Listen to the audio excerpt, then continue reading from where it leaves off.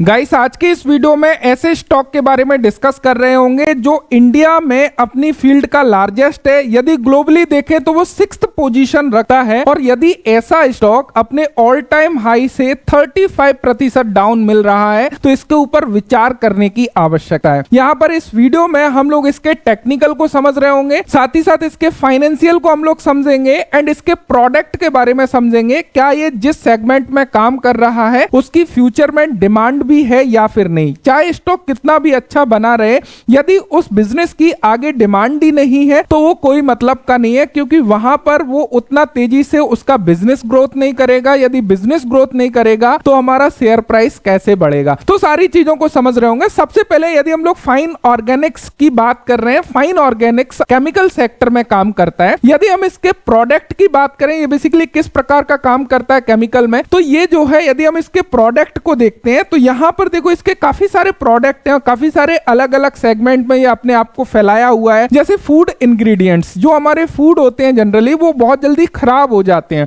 तो ये ऐसे केमिकल तैयार करता है जिससे कि उस फूड में मिलाया जाए, वो लंबे समय तक वो पैकेजिंग में रखे रहें। तो ये भी हमारा एक सेगमेंट में ये बेसिकली इसका मेन जो है प्रोडक्ट है। उसके अलावा पॉलीमर एडिटिव्स की बात करें, जो प्लास्टिक होती है, प्लास्टिक काफी सारी नेचुरल चीजों से मिलकर बनी होती है, ये उसके अलावा उसमें काफी सारे केमिकल्स मिलाए जाते हैं, तो जो केमिकल्स है वो भी ये बनाता है। उसके अलावा पर्सनल केयर इंग्रेडिएंट्स जो होते हैं, जो हम लोग चेहरे बॉडी के केयर के लिए जनरली यूज करते हैं, उसमें जो केमिकल मिलाए जाते हैं उसके ऊपर भी जो है ये काम करता है, उसका केमिकल भी ये तैयार करता है। उसके अलावा यदि बात करें फीड इंग्रेडिएंट्स में ये काम करता है, एंड पेंट जो बनाए जाते हैं उसमें जो केमिकल यूज होते हैं उसके लिए भी ये काम करता है। साथ ही साथ फाइन इंग्रेडिएंट्स एडिटिव्स में ये काम करता है। तो बेसिकली देखा जाए तो काफी सारे इसने अलग अलग थोड़ा सा अपने आप को डाइवर्सिफाई किया हुआ है केमिकल सेक्टर में, तो ये इसकी काफी अच्छी बात है। अब इनके डिमांड की बात करें, पेंट की डिमांड कम होने वाली है नहीं है। साथ ही साथ बात करें फूड इंग्रेडिएंट्स आपके चलने वाले हैं, प्लास्टिक का काम चलने वाला है, तो कोई भी ऐसा सेगमेंट नहीं है कि भैया आगे जाके ड्रॉ डाउन आने वाला है, कोई चीज ऐसी नहीं है। तो हम लोगों को यहां से तो ये नजर आ रहा है कि यदि हम लोग इसके प्रोडक्ट के बारे में देखें तो काफी बढ़िया।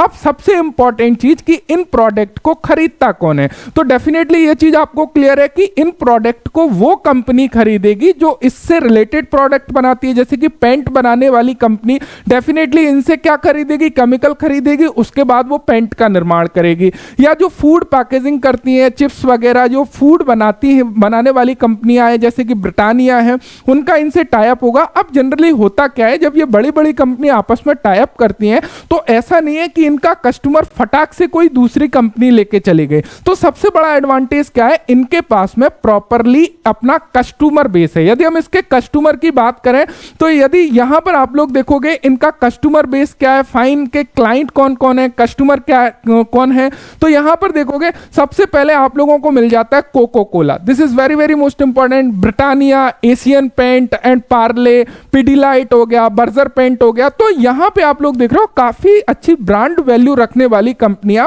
इसकी कस्टमर है, तो यहां से एक चांसेस बन जाता है कि ये काफी अच्छा स्ट्रॉन्ग इसका कस्टमर बेस नजर आता है। उसके अलावा आप थोड़ा सा चीजों को समझिएगा, तो ये तो हमने पूरा का पूरा ये चीज समझ लिया कि कहीं ना कहीं भैया स्ट्रॉन्ग है। उसके अलावा की पॉइंट में देखते हो largest in India among top 6 global player में है, तो ये चीज कोई दिक्कत वाली बात नहीं है। यदि हम लोग कंपनी की देखें, काफी सारा अच्छा इसने सारा कुछ प्रोडक्ट है एंड इसका कस्टमर बेस भी काफी अच्छा है।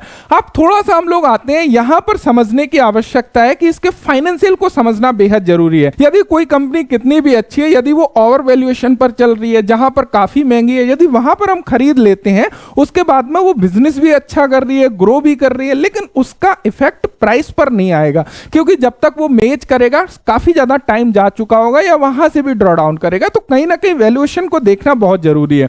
यदि हम लोग पी रेशो की बात करें तो यहां पर पी रेशो में जाते हैं तो अभी यदि आप लोग देखोगे इसका जो मीडियम पी है वो 41.6 है, एंड कंपनी अभी जो है पी है, कंपनी का पी 31.5। यदि पी रेशो के हिसाब से हम लोग यहां पर देखने लगे तो कंपनी कहीं ना कहीं हम लोगों को बढ़िया वैल्यूएशन पर नजर आती है, सस्ते वैल्यूएशन पर नजर आती है। ये चीज हमको यहां पर नजर आ रही है। दूसरी चीज, कंपनी के ऊपर कोई कर्जा नहीं है भैया, खुद के पैसे से बिजनेस कर रही है, तो कोई भी ऐसा रिस्क नहीं होता है कि जहां पर कोई कॉस्ट ज्यादा जा रही है, मटेरियल कॉस्ट ज्यादा जा रही है, इसके ऊपर कोई बर्डन आ रहा है कि इसको इंटरेस्ट पे करना पड़ रहा है। तो यहां से हम लोगों को एक सेफ्टी नजर नजर आती है।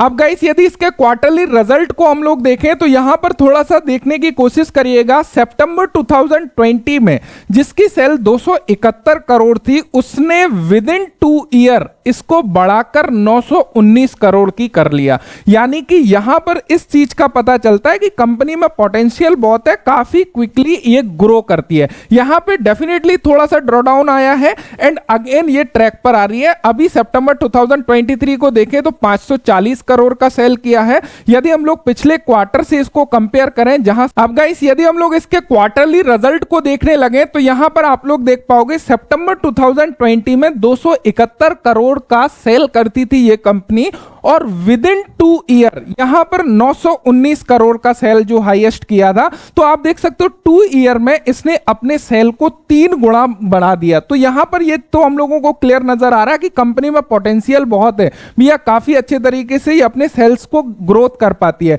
यहां पर डेफिनेटली थोड़ा सा ड्रॉडाउन आया है, अगेन ये ट्रैक पर आ रही है। इसी प्रकार यहां पर सेल्स के अकॉर्डिंग नेट प्रॉफिट आप लोग देख सकते हो। प्रॉफिट लॉस स्टेटमेंट में देखोगे इसका ट्रैक रिकॉर्ड बहुत अच्छा है। 2016 से आप देखोगे बहुत अच्छा ट्रैक रिकॉर्ड यहां पर नजर आ रहा है। एंड यहां पर थोड़ा सा गाइस देखने की कोशिश करिएगा, यदि हम लोग बैलेंस शीट देखते हैं तो यहां पर एक इंपॉर्टेंट डेटा आपको नजर आएगा। 2016 में जब ये कंपनी यहां पर देख सकते हो 5 करोड़ का इक्विटी कैपिटल था, रिजर्व इसके पास ओनली 249 करोड़ था, उसके एवज में इसके पास में 102 करोड़ का कर्जा था। वहीं पर इसने देखो अपने कर्जे को धीरे धीरे कम करती गई एंड यहां पर अपने रिजर्व को देखो किस स्पीड से इसने बढ़ाया है। 249 करोड़ से आज इसके पास में खुद का पैसा 1700 करोड़ है, और यदि बोरोइंग की बात करें ओनली 14 करोड़ है। तो यहां पर इसको बोल सकते हैं ये कर्जा मुक्त कंपनी है, डेप्ट फ्री है, यदि हम लोग ऑलमोस्ट देखें। यहां पर आप लोग देखोगे फिक्स एसेट में आप लोगों को ये चीजें सारी कुछ मिल जाती हैं।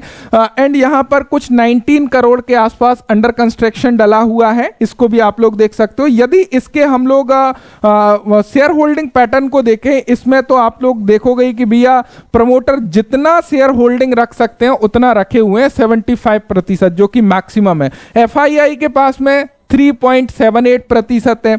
डीआईआई की बात करें 12.17% है। वहीं पर पब्लिक के पास में ओनली 9% की होल्डिंग यहां पर नजर हम लोगों को आ रही है। आप देखो गाइस ये तो हो गया इसका फाइनेंशियल वगैरह, यहां से हम लोगों को ओके ओके नजर आ रही है। कंपनी के शेयर होल्डिंग पैटर्न में कोई दिक्कत नहीं है। यदि हम लोग क्वार्टरली रिजल्ट देखें उतने भी खराब हम लोगों को नजर नहीं आ रहे। अब हम लोग थोड़ा सा चार्ट के ऊपर चलते हैं, जहां पर इंपॉर्टेंट डेटा को समझने का कोशिश करते हैं, क्योंकि सब कुछ तो भैया यहां पे चार्ट हम लोगों को बताएगा। सबसे पहले यदि चार्ट में देखें तो यहां पर जो कंपनी है वो अपने ऑल टाइम हाई से ऑलमोस्ट 36% डाउन हम लोगों को नजर आ रही है, राइट। अब देखो इसको थोड़ा सा समझिएगा। यहां पे यदि हम लोग इसके डेली टाइम फ्रेम में देखते हैं तो डेली टाइम फ्रेम में आपको यहां पर क्लियरली नजर आ रहा होगा कि यहां पे यदि आप देखोगे इस डेट से लगभग 2023 फरवरी से 1 साल से कंपनी यहां पे कर क्या रही है, कंपनी यहां पे एक रेंज में घूम रही है। और वो रेंज हम लोगों को क्या नजर आ रही है कि यहां पे आप लोग देखोगे इस रेंज में कंपनी काम कर रही है। नीचे वाली रेंज हमारी ये नजर आ रही है आपको, इस रेंज में जनरली कंपनी काम कर रही है, जो लगभग 4200 से लेके लगभग 4800 के आसपास है। इस रेंज में जनरली काम करती है। जैसे ही 5000 के आसपास कंपनी जाती है वहां से नीचे की तरफ ड्रॉ डाउन करती है। तो यहां पे गाइस देखो अभी कंपनी अपने प्रॉफिट को धीरे धीरे इंक्रीज कर रही है, सारी चीजें, तो chances is very much high कि यहां से first attempt, second attempt, third attempt हो चुका है। यदि ये रिवर्स करता है तो यहां से मैक्सिमम चांसेस है कि यहां से हम लोगों को ब्रेकआउट मिल सकता है। अब देखो यहां पर एक पैटर्न भी बन रहा है, उस पैटर्न के आधार पर यदि हम लोग देखने लगे तो क्या हमारा पोटेंशियल टारगेट यहां से निकल के आता है उसको थोड़ा सा समझ लेते हैं। यदि आप लोग यहां पर देखते हो तो यहां पर हमारा reverse head and shoulder pattern काफी बढ़िया तरीके से बन रहा है। यदि आप देखोगे यहां पे ये हमारा शोल्डर है, ये हमारा प्रॉपर हेड बना हुआ है, ये हमारा एक राइट शोल्डर बनने की तैयारी है।